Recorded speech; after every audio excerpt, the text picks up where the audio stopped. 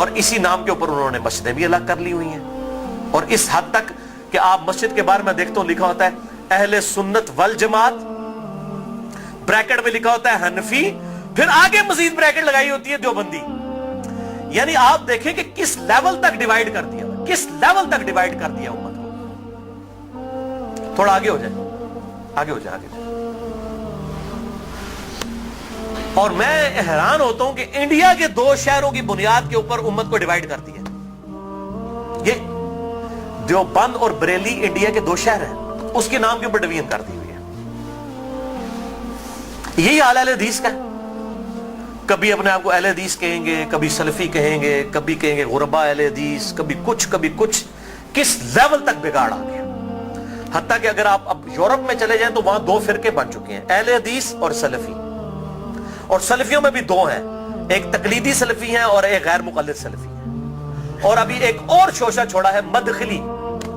یہ ایک اور فرقہ جو ہے وہ عرب کے اندر نکلا ہے، جو کہ اپنے علاوہ سب کو کہتا ہے کہ یہ اہل حدیث سے خارج ہیں، ہم کوئی بہت بڑے اہل حدیث ہیں. یہی ہوتا ہے میرے بھائیوں، جب یہ پارٹی بازی شروع ہوتی ہے نا، اس کا انجام یہی ہوتا ہے. خدا کے لیے اس طرف واپس آ جائیں جہاں ہمارے محبوب صلی اللہ علیہ وسلم ہمیں چھوڑ کر گئے تھے. ہوا سماکم المسلمین من قبل وفی ھذا. اللہ کے پیغمبر ابراہیم علیہ السلام نے اس قرآن کے نزول سے پہلے تمہارا نام مسلم رکھ دیا تھا، اور اس کتاب میں وفی ھذا اللہ نے بھی انڈورس کر دیا اپنے آپ کو مسلمان کو. کیوں اپنے آپ کو ڈیوائیڈ کرتے ہو؟ کس لیول تک ڈویژن کرو گے؟ پہلے کہتے تھے جی اگر ہم سنی شیعہ کی ڈویژن نہیں کریں گے تو پتہ کیسے چلے گا. چلو جی وہاں بھی مسئلہ حل ہوا. پھر آگے گئے جی نہیں اگر ہم حنفی شافعی مالکی حنبلی اہل حدیث نہیں کریں گے پتہ کیسے چلے گا. چلو وہاں بھی مسئلہ حل ہو گیا. پھر آگے کہ نہیں جی اہل حدیث میں بھی اتنی پارٹیاں تھیں تو ہم سلفی کہیں گے تو تب پتہ چلے گا. میرے بھائی یہ جتنی دمیں لگائی ہوئی ہیں نا، میں ان کو دمیں کہتا ہوں، یہ آپ دمیں لگاتے چلے جائیں، اس کی کوئی اینڈ نہیں ہے، سوائے اس کے کہ امام مالک رحمہ اللہ کا قول ہے، وہ فرمایا کرتے تھے اس امت کے آخری حصے کی بھی ہدایت ویسے ہی ہوگی جس طرح کے ابتدا کے حصے کی ہوئی تھی. صحابہ کرام علیہم رضوان، اہل بیت، بریلوی، دیوبندی، اہل حدیث، شیعہ، اہل سنت اس تفریق سے بہت بالا تھے. آج بھی الحمدللہ وہ مسلمان اس پیٹرن کے اوپر. مجھے کہتے ہیں لوگ جی وہ آپ کس فرقے سے ہیں؟ میں کہتا ہوں جی میں اس گروہ میں شامل ہوں. فرقہ تو ہے ہی اسلام میں حرام. ٹھیک ہے، اللہ تعالیٰ نے واضح طور پہ فرما دیا ہے کہ ان الذین فرقوا دینہم وکانوا شیعا لست منہم فی شیء. اے نبی جنہوں نے دین میں فرقے بنائے اور اپنے آپ کو گروہوں میں بانٹ لیا، آپ کا ان سے کوئی تعلق ہی نہیں ہے. سورۃ الانعام آیت نمبر 159. اس طریقے سورہ آل عمران کے اندر ہے واعتصموا بحبل اللہ جميعا ولا تفرقوا. اللہ کی رسی یعنی قرآن کو صحیح مسلم میں آتا ہے غدیر خم کی حدیث میں کہ یہ قرآن ہے اللہ کی رسی، اس کو مضبوطی سے پکڑ لو، فرقوں میں مت بٹو. پھر پوچھ رہے ہوتے ہیں فرقہ کون سا ہے، تو میں پھر آخر میں تنگ آ کے کہتا ہوں میرے بھائی میرا وہی گروہ ہے جو صحابہ کرام کا تھا. اگر صحابہ بریلوی تھے تو میں بریلوی ہوں، اگر صحابہ دیوبندی تھے تو میں دیوبندی ہوں، اگر صحابہ اہل حدیث تھے تو میں اہل حدیث ہوں، اگر وہ شیعہ تھے تو میں شیعہ ہوں. وہ کہتے ہیں نہیں جی صحابہ تے مسلمان ہی سن، لیکن ہون لوڑ پیندی ہے. تو میں کہتا ہوں میرے بھائی آج ضرورت کس طرح پڑ رہی ہے؟ اگر آج ضرورت پڑ رہی ہے تو نبی صلی اللہ علیہ وسلم کا کام تھا یہ امت کو بتا کے جاتے کہ میرے بعد یہ ہوگا تو جو اس فرقے کا نام ہوگا وہ صحیح ہوگا. بتائیں، صرف ایک بات آپ نے فرمائی، الجماعہ کو پکڑ لینا، امت کی مین سٹریم کو. اور میں آپ کو بتاؤں امت کی مین سٹریم جو ہے نا عام مسلمان، وہ فرقہ واریت سے بالکل لا تعلق ہو چکا ہے. اور خصوصاً ابھی جو نیو مسلم ہے وہ اپنے آپ کو مسلمان محسوس کرنے میں ہی فخر محسوس کرتے ہیں الحمدللہ. تو اللہ تعالی ہمیں توحید پر بھی کاربند رکھے اور توہین رسالت سے بھی بچائے. نبی صلی اللہ علیہ وسلم کی سچی عقیدت نصیب فرمائے. اپنی موت سے پہلے اپنی قبر و آخرت کی تیاری کرنے کی توفیق عطا فرمائے. سبحانک اللہم و بحمدک اشہد ان لا الہ الا انت استغفرک و اتوب الیک وما علینا الا البلاغ المبین.